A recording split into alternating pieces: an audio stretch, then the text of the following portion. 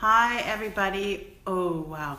Welcome to Soulful Self-Love Sunday.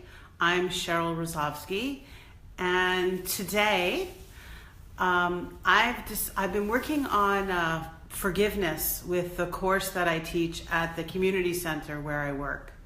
And this month we're going to be talking about the various ways we dive into forgiveness. And so we've talked about forgiveness here and the importance of forgiveness.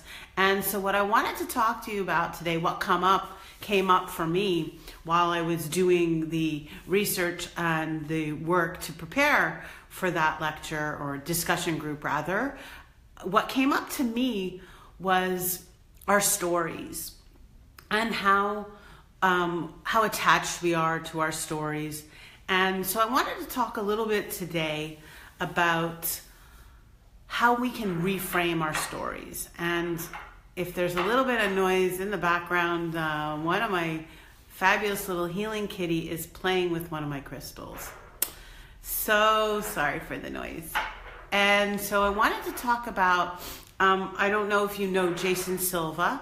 He's, I don't even know how you describe him. He's this philosopher who just does live stream videos, downloads of philosophies and his way of seeing the world and his thoughts on various different subjects. And so one of the things he talked about, which I found was quite fascinating, is how our biochemistry can actually shift when we shift the way we look at our stories. So what I was working with for the forgiveness course was like, are you living as a victim?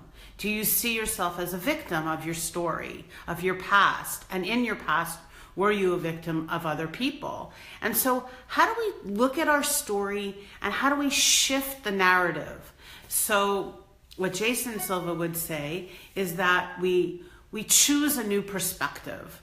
Maybe we go like this, and we look at the story from possibly like, what was the gift that story gave in our life? So for me, I remember doing this really incredibly deep work with Mike Iamelli, who I worked with in several capacities, doing his sacred branding course, which was mind-blowing. I did a one-on-one session with him, sacred branding, and then I did a live mastermind with him for 6 months in a phenomenal group.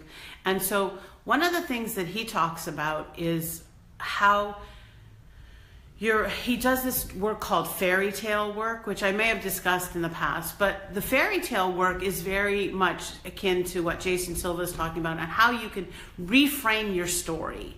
Because when you reframe your story, you learn to take yourself from a place of victimhood to see the story in the beauty and the gifts that it offers, and then you turn the switch to come from a place of empowerment and understanding how the story benefited you, how it was necessary for you to learn whatever you needed to learn in order to share the gifts and the expressions of who you are today in this world.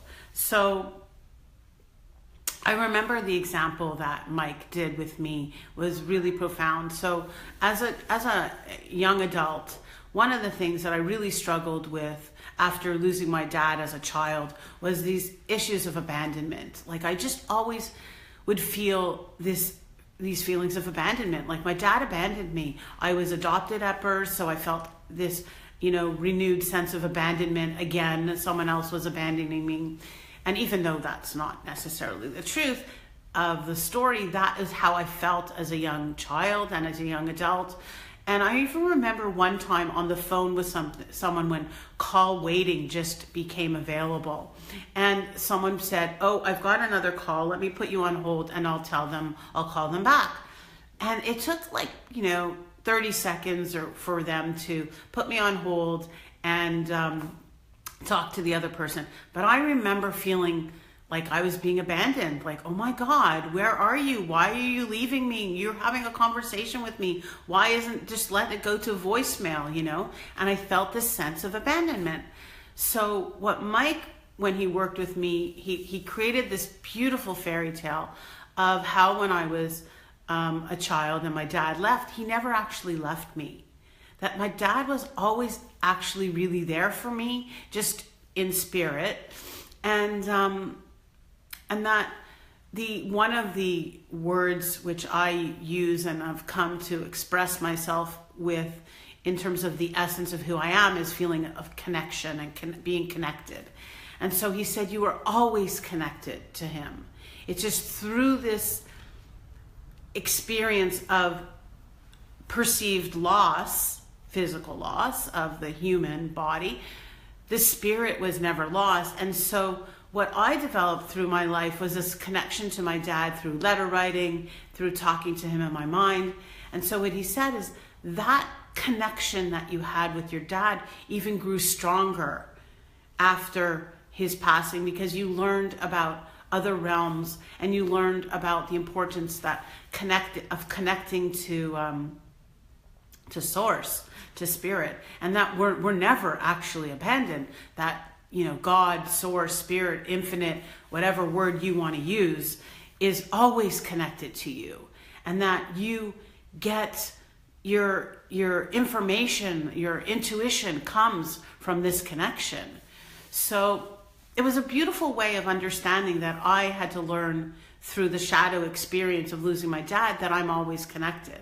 Now, that's not to say that, you know, I don't wish my dad were here again, but it's to understand the gifts of what we learn through loss and through the challenges that we experience in our life. And so we can turn a situation from feeling like things happening to you as opposed to understanding that they're happening for you.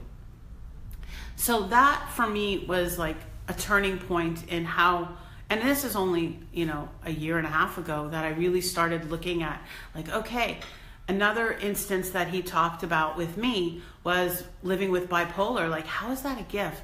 And he did this beautiful fairy tale, and in it he's talked about the Cheryl that reached high highs and low lows, and that the gift of that was actually in being able to understand people who live with these conditions better than anyone else, in order to be able to work with those people and really have a sense of understanding better than most people could in what it's like to live in that suffering, in that challenging situation.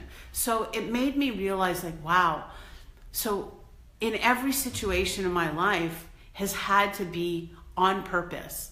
And I think I've talked about this in the past, but it's something that I learned from Jen Mazer, and who is interviewing Deborah Poneman about the idea of divine perfection.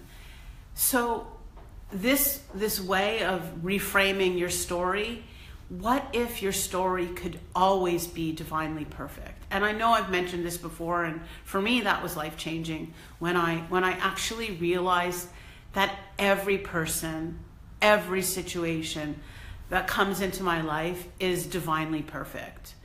So in that sense, we can look at our story and we can look at, like, even in the moment, what if that can help you not only switch the narrative, because when you switch the perception, the way in which you perceive your history, your past, your story, you now come from a place of empowerment. You understand, you have a new perception, and you can see the divine perfection in it all. You actually shift your biochemistry. And so I want to just go back to what Jason Silva was talking about. He talked about the power of shifting your biochemistry. He goes, the present is all there is. All there is this exact moment right now. And so the past is just a story. It's a story, and we choose the way in which we tell that story. So do we want to tell that story from a place of power, or do we want to tell that story from a place of victimhood? And not only from a place of power, but from a detached perspective. Like, and how you choose to look at it can empower you in the present. And the future is yet to be seen. So all we really have is the gift of the present. And in the present, we can be empowered by understanding the gifts of our past. So that's really what I wanted to share with you today. If you're watching this on the replay, jump in and share in the comments. I think this is a really, I say this every week, but really the way in which we choose, we have choice and how we want to perceive and look at and frame our stories and what we've been through is very, very powerful. And it dictates your future, because how you choose to look at the past and live in the present dictates your future and what you experience. And the thoughts that you have now in the present will determine, they say self-fulfilling prophecy, law of attraction, you create your own reality through your thoughts. Your thoughts create your reality. Well, that's really powerful. So if you're consciously aware of the story you're telling about your life, whether it's about your ex-boyfriend, whether it's about the job you lost, whether about an accident you had, what if you could see the gift in everything? What if you could shift your perspective to see the beauty in it all? I know that's something that I've learned to do, and it's a powerful, as I said, experience to be able to do that. So there was something else I wanted to share, and I'm not sure what that is. In any event, I welcome you to share this video with other people. Jump in and check out my website. Get to know a little bit about what I'm doing, soulfulinteriors.com. And you can see this type of work and the emotional healing work that I do. It's really powerful, and I welcome you to dive in with me, whether it be through your business, your life, your love life, your relationships. And yeah, that's it for today. It's always a joy to share this time with you. So I will see you next week on Soulful Self-Love Sundays. And until then, have a phenomenal week. Enjoy the sunshine, enjoy the weather. I am going to the gym. I joined a new gym, and I'm going to the gym with a friend of mine. I will work out and continue to take great care of my body. So I wish you all the best. Mwah. Bye for now.